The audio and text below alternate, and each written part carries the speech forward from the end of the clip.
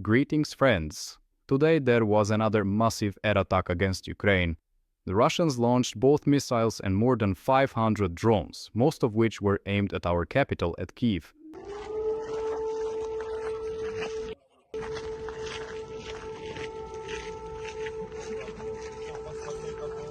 At the same time, Ukraine responded to the Russian air terror with a massive attack against the so-called Russian Federation. For example, in the Moscow region, in the city of Sergiev Posad, an electrical substation burned down. And according to updates from the general staff, a site for the production of warheads for Shahids was also hit there.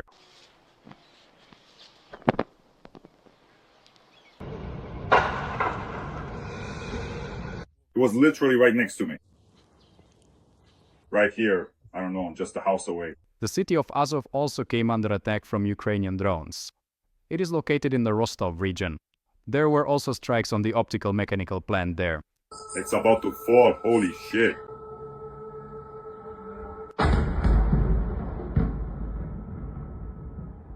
And this one came in really slowly. Hey, it's falling! Hey! Other regions of the so-called Russian Federation also came under attack. The fact that we are attacking Russia is great, it's wonderful, and that's exactly what we should keep doing. But once again, the issue of countering the Iranian-Russian Shaheds arises. And on this matter, there is news, and I urge you right now to go and contribute to our urgent fundraiser specifically for Shahed interceptors, which have already proven their effectiveness. The payment details, as always, are in the description. We urge you to continue supporting Russories, because only dead Russians will guarantee peace and tranquility on our land. And I know that so far only half of those who watch my videos are subscribed to the channel. Don't do that. Be sure to subscribe, and you can also leave a like. Let's return to the topic of the massive Russian attack on our capital. It was not a coincidence. It was a demonstrative response to Donald Trump regarding all his attempts to persuade Vladimir Putin to stop the Russian-Ukrainian war and at least agree to a ceasefire. Just yesterday, the American president spoke on the phone with Vladimir Putin for about an hour, and he told him, Vladimir, stop. Vladimir, stop. We need at least some kind of ceasefire already. And Vladimir Putin, diplomatically but in essence, told him to get lost.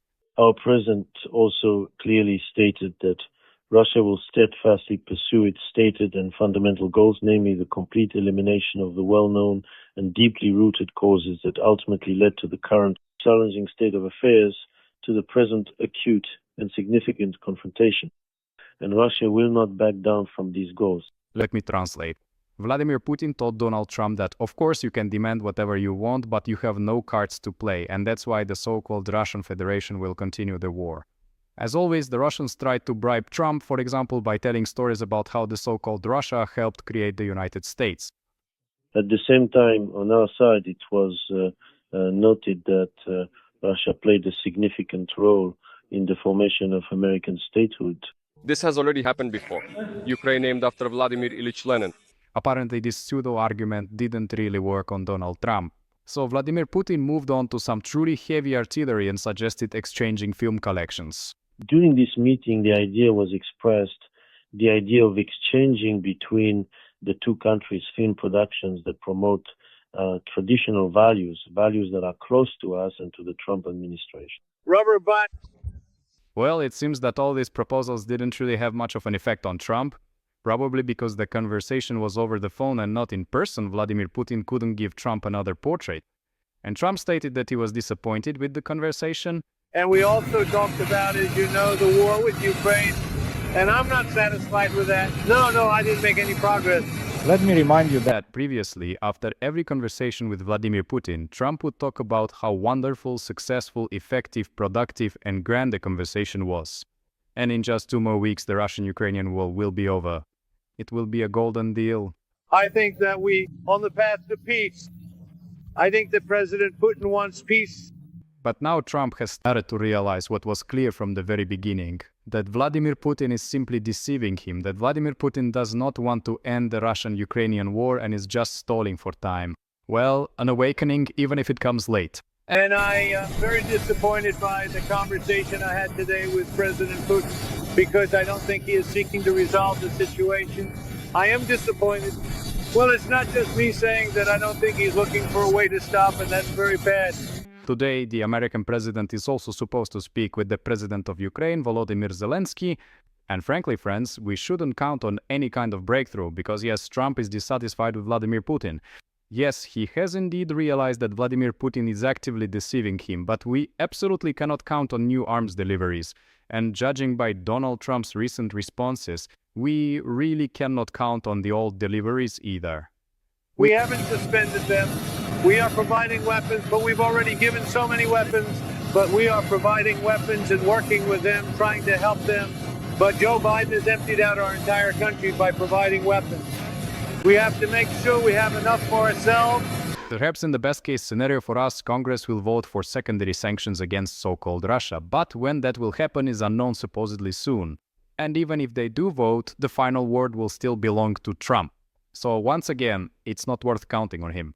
And here I have to mention countering Shahids again. Ukraine can shoot them down much more effectively. Ukraine is capable of building a full-fledged drone air defense system. And there is good news. Even though there was a terrible attack on our capital today, some of the drones that were flying were shot down specifically by interceptor drones. And I can say that of these interceptor drones, 20% are exactly the ones you contributed your money for. That's why I urge you friends to go right now and open the description of this video. Find the link to our urgent fundraiser and chip in 2 hryvnias each for the Shahed cutter. We know how to scale this project, but for our soldiers to be able to shoot down more Shaheds, your help is very extremely necessary. If you happen to know other business owners, encourage them to join in as well. All the necessary contact information is available on our website. We will be grateful for any help and guarantee complete, absolutely full and transparent reporting. By the way, a few more words about businesses. Some have already joined this initiative and I want to show you this nice pillow. I don't know, maybe it won't fully fit in the frame. This pillow was made by the company Leglo and 100% of its sales will go directly to drones that intercept Iranian Russian Shahids. Take a cue from Leglo, representatives of Ukrainian business, and join in as well. And you too buy a pillow like this and you'll be able to donate towards intercepting Shahids at the same time.